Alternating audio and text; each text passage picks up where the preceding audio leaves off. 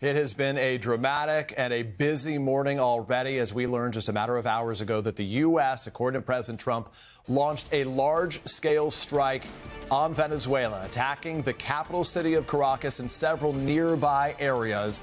President Trump posting on Truth Social at about 4:30 this morning, announcing those strikes and also revealing that the Venezuelan President Nicolás Maduro and his wife had been captured by the U.S. forces and flown out of the country. President Trump also saying that he will hold a news conference in just a few hours where we assume he will share more details about the strikes and what should happen next. It all punctuates what has been a dramatic series of months. The president with warnings and threats all directed at Maduro and his regime. We have full coverage this morning. We begin with NBC's Julie Tsirkin. She is traveling with the president. He is at Mar-a-Lago. She is nearby. Julie, good morning. Peter and Laura, good morning to you. A dramatic moment now as the U.S. conducted and carried out this operation in the middle of the night. I want to pull up the president's Truth Social post one more time, if we can read it really quickly. He said the President Nicolás Maduro, who has been, along with his wife, captured and flown out of the country. Mr. Trump said the operation was done in conjunction with U.S. law enforcement. Details to follow, he said, calling it a large-scale strike, saying that the United States of America had successfully carried it out. And now, Peter, as you've been talking all morning, more questions perhaps than answers, some of which we presume will be answered by the president at 11 a.m. during his news conference. But this just follows months of escalation in the region. We saw the first strike against alleged drug boats happen back in September. Since then, more than 30 strikes have been carried out by the U.S. military on boats around the Venezuelan coast there that they say have been trafficking illicit drugs consisting of cocaine. And in some cases, the administration had argued fentanyl, and that, of course, has been the driver of the U.S. aggression of their policy in this region.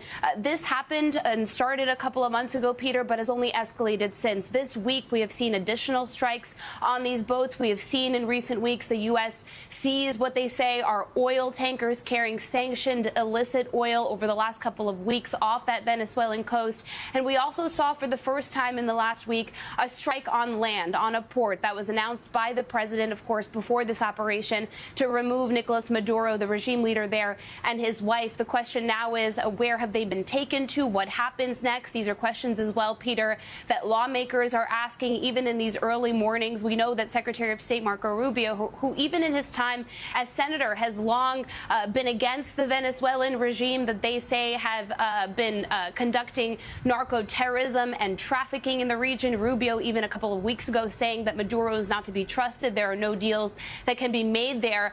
The question now for lawmakers, Democrats and Republicans, is was this an act of war? We know that Article 1 authority lies within Congress to conduct and to announce and to decide whether the U.S. will be going into war. We know that Rubio has been working the phones all morning, Peter, trying to assure and assuage lawmakers, at least Republicans we know that he spoke to, including some in the Gang of Eight, this coveted group of 8 lawmakers that represent the intelligence committees, the leadership of Congress, and trying to assure them this is a response that they needed to take here in this action in Venezuela, Peter. Julie, we have heard from the President of the United States, the New York Times reporting that they spoke to him briefly by phone this morning as well, where he said, among other things, that this was, in his words, a brilliant operation. Actually, he said a lot of good planning and a lot of great troops and great people. We're also hearing from the Republican Senator Mike Lee of Utah, who says he has spoken with the Secretary of State, Marco Rubio. Walk us through a bit more of what we have heard from him. It's significant for a variety of reasons, not the least of which is he says that Rubio told him that the strikes today were part of an effort to protect U.S. personnel from an actual or imminent attack, and that the strikes were deployed to protect and defend those executing the arrest warrant on the ground.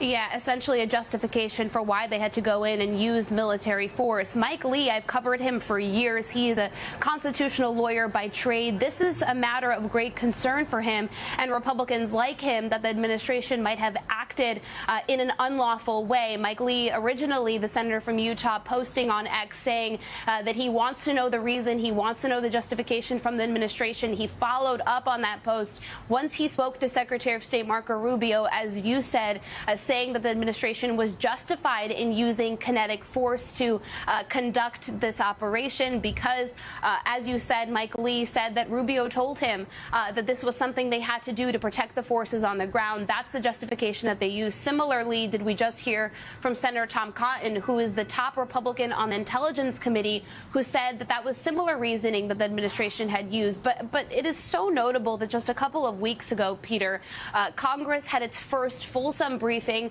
from Secretary of State Rubio, from Pete Hegseth as well, the Secretary of Defense, a couple of weeks ago, where they took lawmakers in a closed-door setting, where they answered their questions about these operations. What they did not tell them in that moment, Peter, according to Republicans and Democrats that I spoke to, was what was the goal of this operation? Was their ultimate goal to take Maduro out for regime change? Senator Lindsey Graham, for example, telling me that was explicitly the question that he asked, and one that he did not get answered. Democrats, meanwhile, Peter, have been saying all morning, posting on X, that they walked away from that meeting with the knowledge that the administration would not take this step, and yet here you are. We have this, the Trump administration conducting this major operation, according to the president, overnight, answers of which we still don't have many questions. The president told the New York Times as well this morning, Peter, that he will answer some of those questions, including the justification that they used and what happens next in just a couple of hours from now at a press conference. Yep, the president late last year saying that Maduro's days were numbered. Among the questions right now, was this a negotiated exit? Questions we hope to answer at 11 o'clock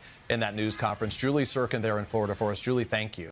Hey, thanks for watching. And don't forget, you can catch the Today Show every morning on NBC or take Today when you're on the go. Just follow the Today podcast on Apple Podcasts, Spotify, or wherever you listen.